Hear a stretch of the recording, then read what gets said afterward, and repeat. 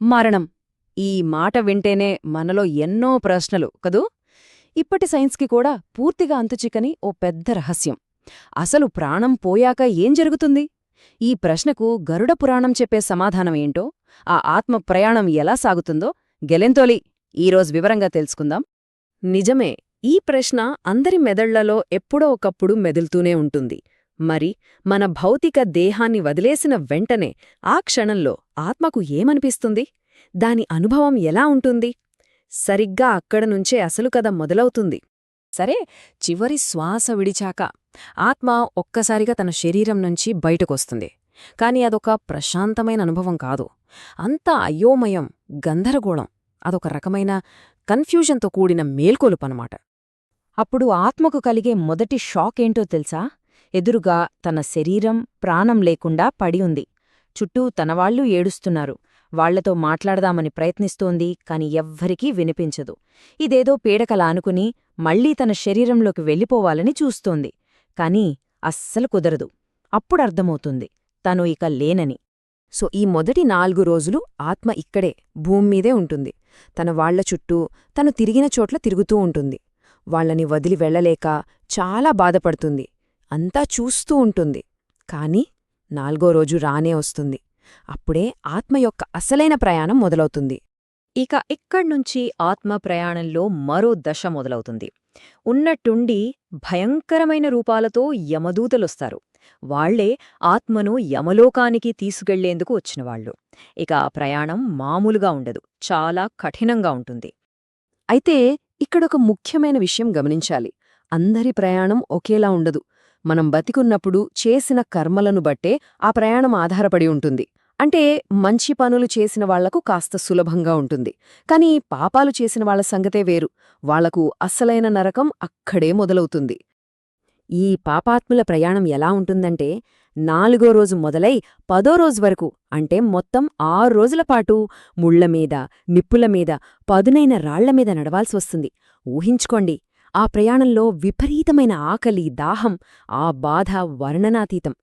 మరి ఇంత కష్టంలో ఆత్మకు శక్తి ఎలా వస్తుంది? అక్కడే బతికున్నవాళ్ల పాత్ర చాలా కీలకం. వాళ్లు పెట్టే పిండ ప్రదానాలే ఆ ఆత్మకు ఆహారం, నీళ్లు. అవే దానికి శక్తినిస్తాయి. ఒకవేళ ఆ పిండాలు అందకపోతే ఆ ప్రయాణం ఇంకా భయంకరమైన చిత్రహింసగా మారిపోతుంది.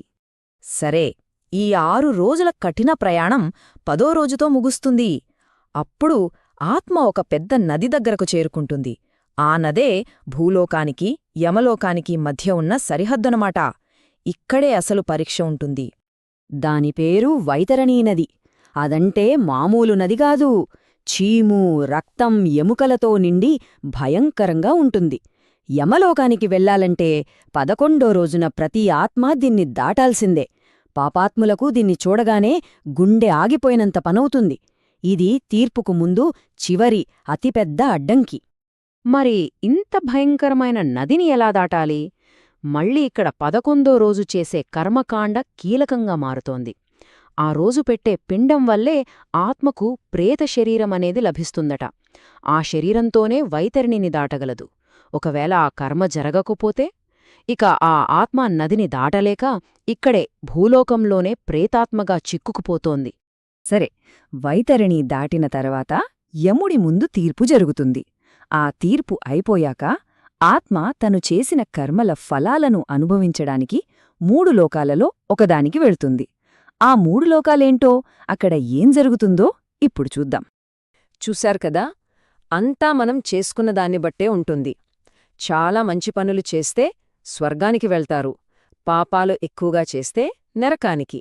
మరి రెండూ సమంగా ఉండి వాళ్ల కుటుంబ సభ్యులు కర్మకాండలు సరిగ్గా చేస్తే మాత్రం పితృలోకానికి చేరుకుంటారు. అంటే ఈ 3 చోట్ల ఆత్మ యొక్క అనుభవం పూర్తిగా వేర్వేరుగా ఉంటుందన్నమాట. ఒకచోట కేవలం ఆనందం, మరోచోట తీవ్రమైన బాధ, ఇంకోచోట ఏ బాధ లేకుండా మళ్లీ పుట్టడం కోసం ప్రశాంతంగా ఎదురుచూడటం. ఈ లోకాల గురించి ఇంకా కొన్ని ఆసక్తికరమైన విషయాలున్నాయి. స్వర్గానికి వెళ్లేవాళ్లను దేవదూతలు దివ్యరథాల్లో తీసుకువెళ్తారట. అదే నరకంలో అయితే అక్కడ శిక్షలు అనుభవించడానికి నాశనం లేని యాతనా శరీరమిస్తారు. ఎంత నొప్పి అనుభవించినా ఆ శరీరం నశించదు. ఇక పితృలోకంలో ఉన్న ఆత్మలు వాళ్ళ కుటుంబ సభ్యులు ప్రతి నెలా చేసే శ్రాద్ధకర్మల మీదే ఆధారపడి బతుకుతారు. ఇలా స్వర్గంలో సుఖాలు లేదా నరకంలో శిక్షలు అనుభవించాక లేదంటే పితృలోకంలో కొంతకాలం ఉన్నాక ఆత్మ ప్రయాణం చివరి దశకు చేరుకుంటుంది. అదే పునర్జన్మ. మళ్లీ జీవనచక్రంలోకి రావడానికి కూడా ఒక పద్ధతి ఉంది. 360 ఈ నంబర్కి చాలా ప్రాముఖ్యత ఉంది. ఎందుకంటే ఆత్మ మళ్లీ పుట్టాలంటే సరిగ్గా ఇన్ని రోజుల తరువాత వాళ్లు ఒక ముఖ్యమైన కర్మను పూర్తి చేయాలి.